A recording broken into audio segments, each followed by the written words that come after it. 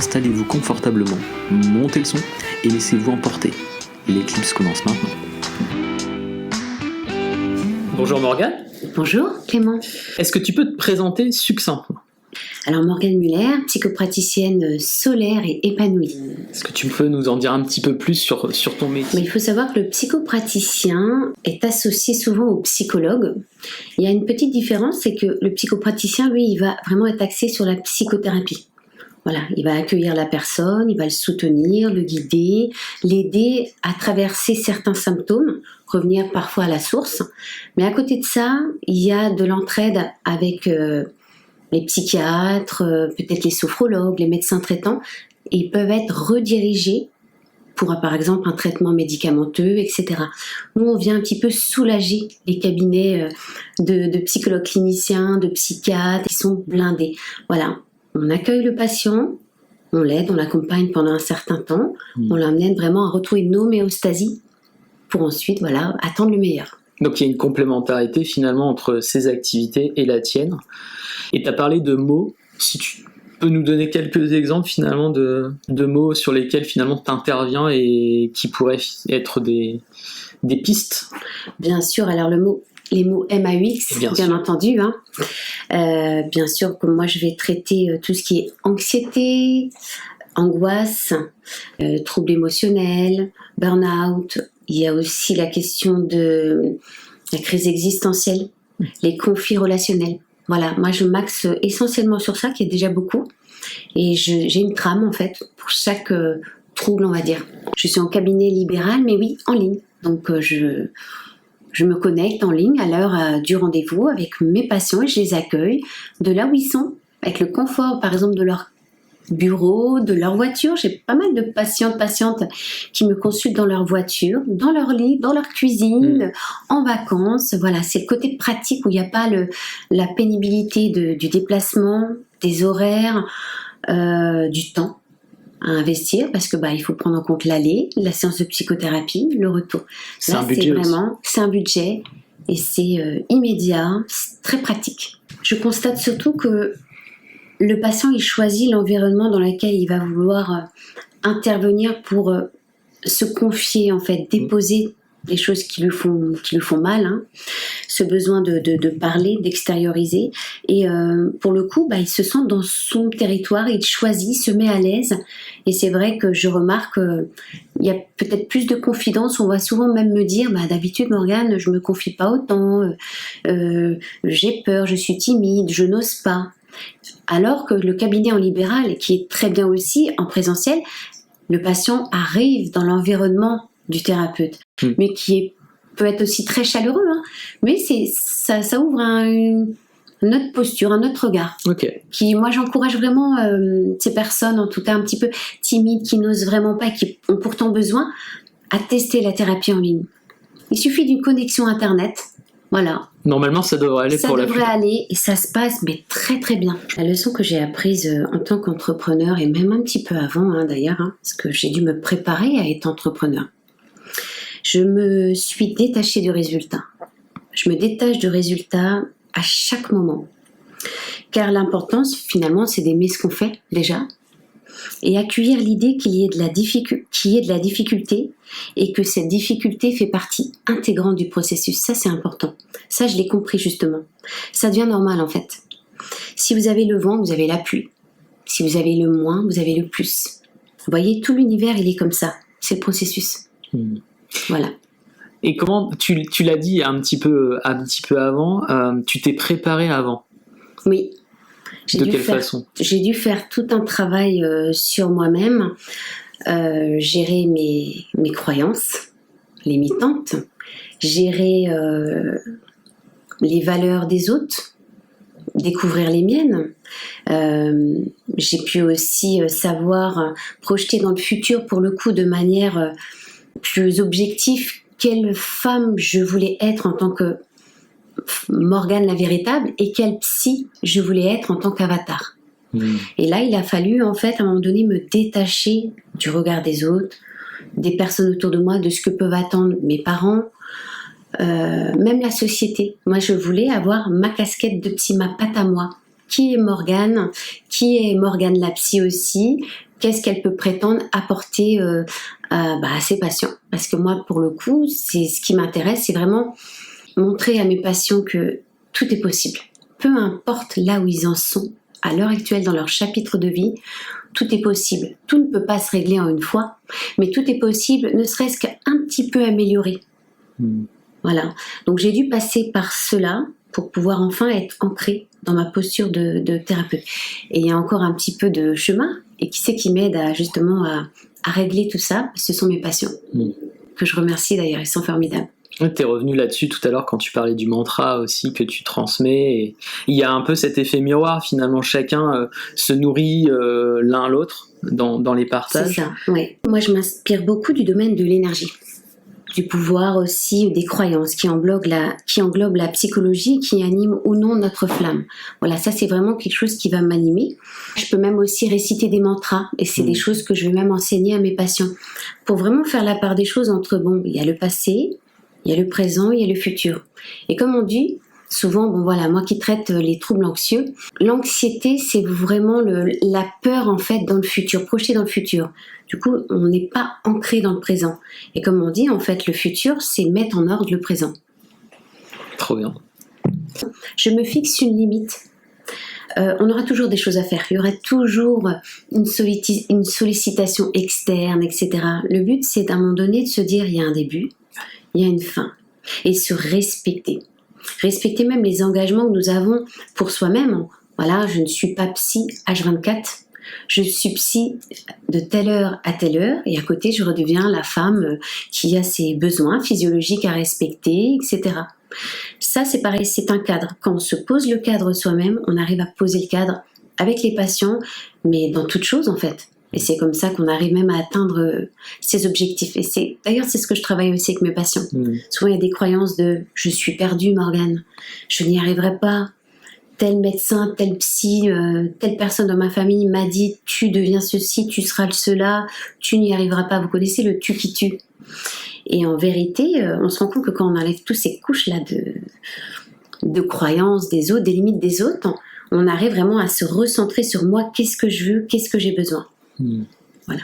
Et c'est comme la méthode avec l'oignon, là, on a plein de petites couches à retirer. Des petites poupées russes, c'est ça, complètement. Et finalement, tu as parlé un peu d'équilibre, c'est d'atteindre cet équilibre qu'on doit avoir pour atteindre ses objectifs, être bien avec soi-même et se reconnecter finalement. Enfin, si j'ai bien compris ce que tu as dit, tu parlais d'équilibre. C'est l'alignement des planètes. L'équilibre, c'est, je vais vous donner une autre vision de voir cela. On va décomposer le mot, par exemple. C'est le qui libre. Le qui, c'est l'énergie.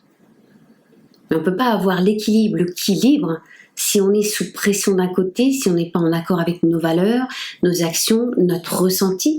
C'est important. Et encore une fois, toujours se détacher du résultat, se détacher du parfait. Très difficile, mais c'est un processus. Ça s'apprend. Ouais. Merci beaucoup pour ces partages. Est-ce que tu peux nous partager une anecdote ou un moment marquant finalement en lien avec ton activité? Oui, plus je pouvais m'acharner sur les résultats, justement à un moment donné, plus je pouvais me comparer aux autres. Donc il y avait ce qu'on appelle la somatisation, voilà, la manifestation d'un mal dans le corps. J'avais très mal à l'estomac, j'avais cette boule, et du coup cette boule me faisait vibrer d'une manière négative, donc l'émotion associée à une pensée, à une vision projetée dans le futur, et je n'y arrivais pas. Et j'ai compris qu'en fait, la seule personne avec qui je devais me comparer, c'était moi en fait. Moi hier, moi il y a un mois, moi il y a 10 ans, et aussi en fonction de celle que je voulais devenir, dans un futur proche ou lointain. À présent, j'applique donc en pleine conscience et intrinsèquement donc ce pouvoir de la gratitude de ce que j'ai déjà, mes ressources. Mais si je me concentre sur ce que je n'ai pas, je ne serai jamais centrée. Je vais même limite vouloir courir et ne pas, encore une fois, apprécier le processus avec le côté yin-yang, si je puis dire. À présent, voilà, je vois la différence parce que je vibre plus le manque, je me range à ma place dans ce moment présent et j'applique mon ingrédient préféré, donc qui est l'acceptation. Et j'ai l'habitude de dire, ok, ainsi soit-il, que ça me plaise ou non, ainsi soit-il. Quelque part, tout est ok. Comment on fait pour travailler là-dessus? Le lâcher prise. devenir la meilleure mère ou le meilleur père pour soi-même, s'autoriser à l'imparfait, aller à son rythme. Vous voyez, c'est vraiment, ok, je suis là dans le moment présent. Qu'est-ce que j'ai en mon pouvoir? Qu'est-ce que je peux faire en mon pouvoir? Je ne peux pas avoir le pouvoir sur les autres ou sur des choses qui peuvent être assez délétères, comme voilà une nouvelle assez embêtante. C'est la perception, comme on dit. Le problème, c'est pas le problème, c'est notre comportement, notre attitude face au problème. Au problème, c'est ok, j'accepte. Voilà, maintenant, qu'est-ce que je veux faire avec ça? Quelle opportunité je saisis?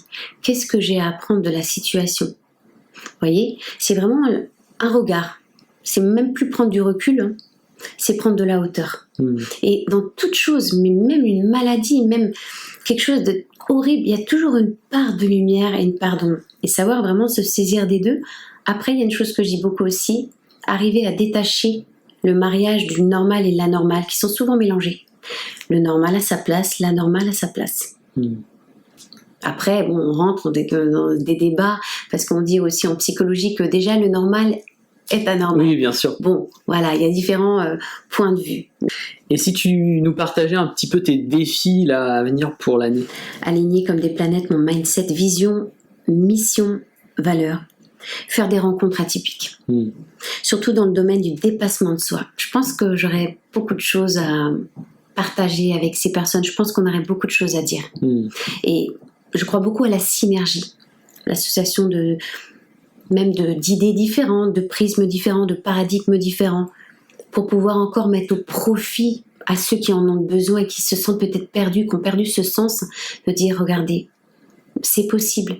Vous avez l'habitude de penser comme ça. Vous avez l'habitude de vivre ça, de vibrer ça.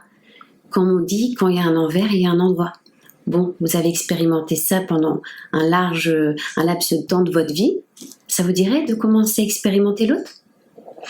J'ai souvent l'habitude de parler de cette vision à 360 que je propose à mes patients. Vous voyez, là vous voyez, vous êtes en face de moi, vous voyez la vision à 180. Vous pouvez voir ce qu'il y a derrière moi non. Et la vision à 360, c'est que moi, pour le coup, je vais me détacher de Morgane la véritable, je deviens Morgane la psy, je mets à profit mes connaissances, mon expérience, mon savoir, et les petits liens, les petites choses qui vont m'interpeller, les 180 degrés derrière le patient. Donc on voit bien que 180 devant et 180 derrière, ça fait un virage à 360. Si on devait résumer le métier, en fait, c'est ça. La personne, elle vient, elle est bloquée dans une perception, généralement d'une perception de petit enfant blessé. Elle repart et elle a enfin sa perception d'adulte. Excellent. Une belle image. Même si on ne voit pas, je pense que chacun l'imagine à sa façon. Avec un peu de créativité, je pense qu'on va s'en sortir. Une dernière question. Est-ce que tu as une recommandation inspirante à nous partager? Une lecture, un podcast, un film, quelque chose que tu as envie de laisser à la communauté? Oui. Un film qui m'a beaucoup marqué, et un personnage et un être formidable qui s'appelle Dida Diafat, avec son film qui est sa propre histoire, Chokdi, pour montrer que tout est possible. Vraiment, j'incite les personnes à s'inspirer de Dida, de son film, de la symbolique qu'il y a derrière, du mindset, et pour en fait apprendre à maîtriser son énergie, savoir où on met l'énergie. Comme on dit, on ne peut pas régler un problème avec la même énergie, les mêmes pensées, les mêmes actions qui l'ont engendré. À un moment donné, il faut faire un choix. On aura beau pleurer de dire oui mais j'ai pas ci, j'ai pas ça. Encore une fois, on vibre le manque. On a tellement de choses. Tout à l'heure, je parlais de ressources. Qu'est-ce qu'on a à notre pouvoir là tout de suite? Quelles sont nos ressources? Déjà, cette capacité à décider. Tant qu'on a la vue, tant qu'on a nos 5 sens, etc. Et tant qu'on décide de vivre, il y a de l'espoir. Et c'est vraiment cette fois, quand on veut aller vers le changement, c'est avoir cette capacité déjà de décider, et de se dire voilà où je veux mettre l'énergie cette fois. Des notes très positives pour terminer. Avant ça, je vais te demander où on peut te trouver et en savoir plus sur ce que tu fais, prendre contact avec toi, échanger, te rencontrer. Alors je suis essentiellement en ligne sur les réseaux sociaux, donc Instagram. Vous pouvez taper pour me trouver votre psy en ligne Morgane, tout simple. Sur LinkedIn aussi, sur Facebook. C'est déjà bien. C'est déjà bien, ouais. Ok. On mettra les liens en description de toute façon et peut-être que vous aurez l'occasion aussi de rencontrer Morgane à des événements qu'on organise en Picardie pour ceux qui sont en Picardie. Voilà. Merci beaucoup Morgane. Merci à toi Clément. Et à bientôt.